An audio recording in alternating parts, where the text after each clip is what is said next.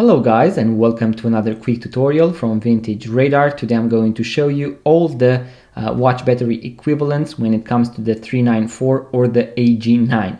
Now these two are the most common names out there for this type of battery. They are the same. So all these numbers right here can be found for this AG9 or 394 watch battery. You can also find it written on the back of the watch battery, for example LR45, LR936.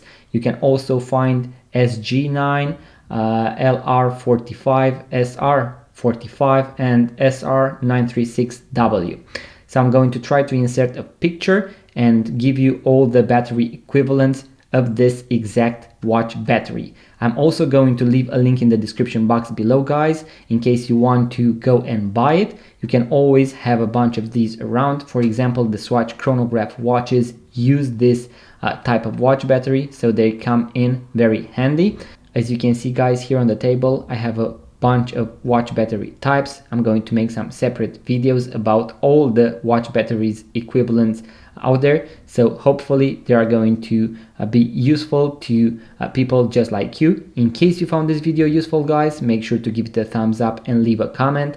And also, if you are into watches, vintage watches, watch tutorials and watch reviews, make sure to subscribe to this YouTube channel, guys.